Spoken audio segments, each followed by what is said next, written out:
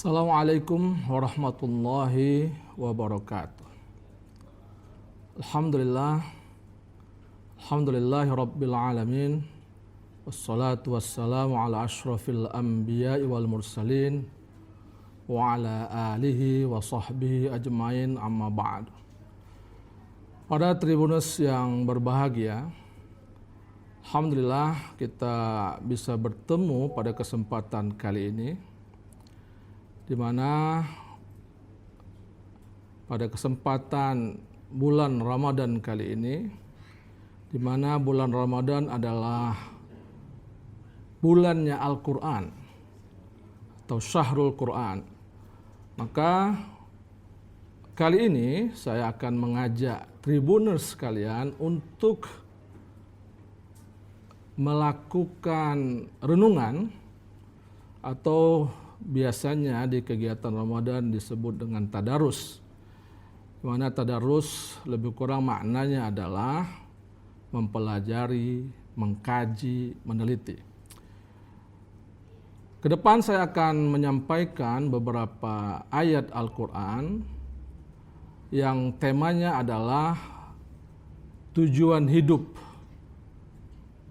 Di mana tujuan hidup akan kita bahas, akan kita kaji sesuai dengan ayat-ayat yang ada dalam Al-Quran. Baik, Tribunus yang berbahagia, untuk tujuan hidup ini nanti ada ayat-ayat yang silahkan dicatat.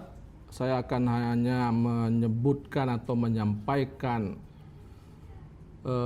terjemahannya, karena harapannya kita di bulan ini sama-sama mengkaji Al-Quran. Yang pertama adalah surat 2 ayat 272.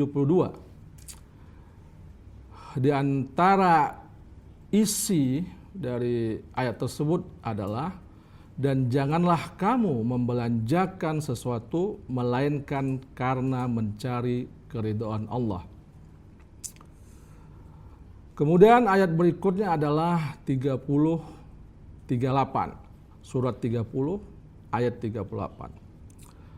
Berikanlah kepada kerabat yang terdekat akan haknya, demikian pula kepada fakir miskin dan orang-orang yang dalam perjalanan.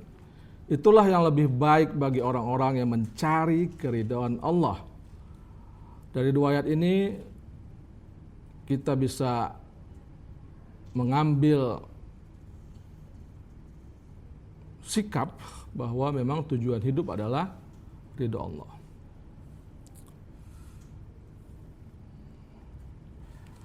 Kemudian ayat berikutnya adalah surat 4 ayat 114, di mana inti ayat tersebut adalah bisikan-bisikan dari orang yang menyuruh manusia adalah memberi sedekah atau berbuat ma'ruf atau mengadakan perdamaian di antara manusia. Dan barang siapa yang berbuat demikian karena mencari keridhaan Allah, maka kelak kami memberi kepadanya pahala yang besar. Lalu ayat berikutnya, jangan lupa untuk dicatat ya. Surat 13 ayat 22.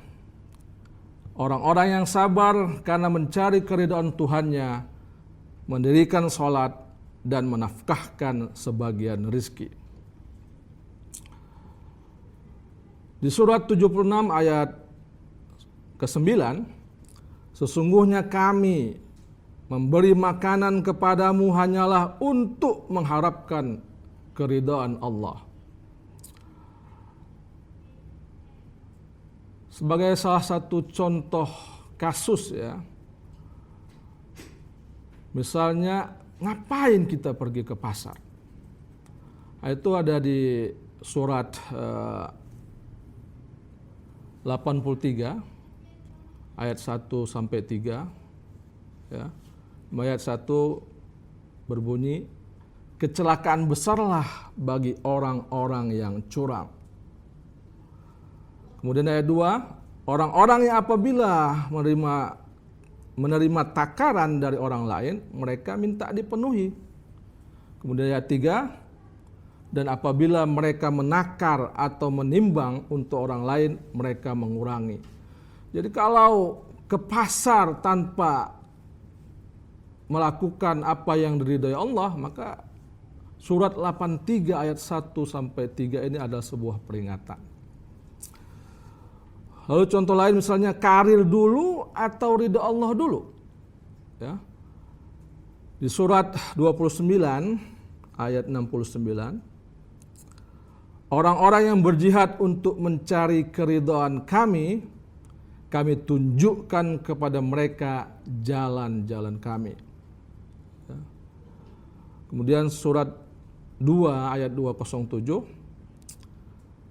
orang yang mengorbankan dirinya karena mencari keridhaan Allah. Jadi ketika dulu zaman Nabi Muhammad,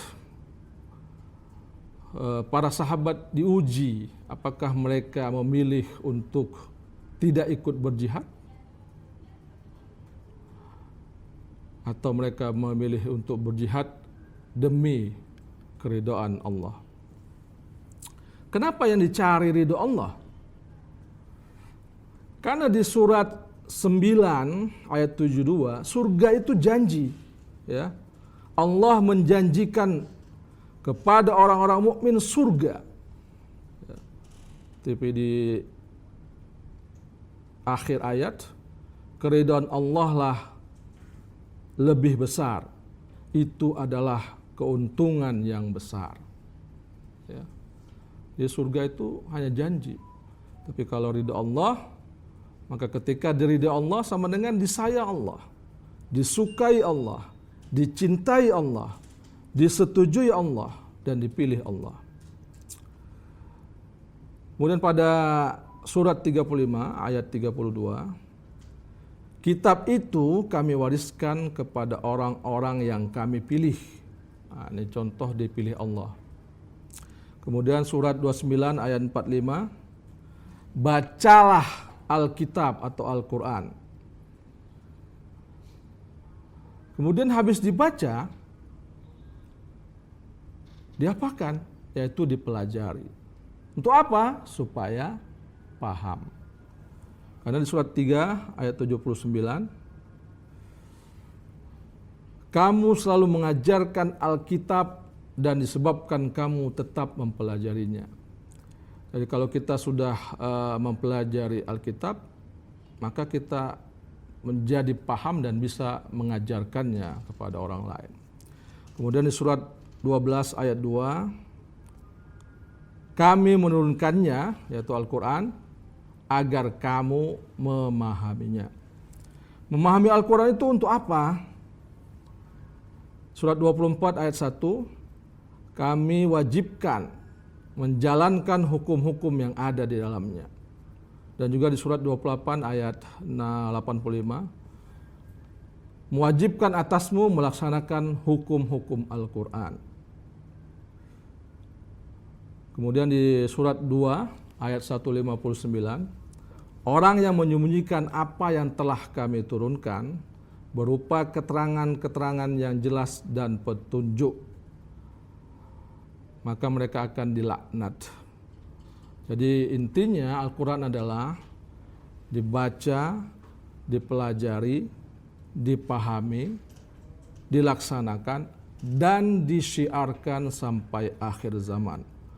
Ridha Allah ada dalam Al-Quran. Jadi kesimpulannya, syarat-syarat mendapat ridha Allah adalah, atau niat mencari ridha Allah, yang pertama adalah beriman kepada Allah, melaksanakan perintah Allah, menjauhi larangan Allah. Sumber informasinya di dalam Al-Quran. Demikian tadarus kita hari ini. Mudah-mudahan ayat-ayat yang kita sebutkan tadi dapat kita kaji ulang, kita tadaburi, kita tadarusi. Demikian, wabillahi taufik wal hidayah. Wassalamualaikum warahmatullahi wabarakatuh.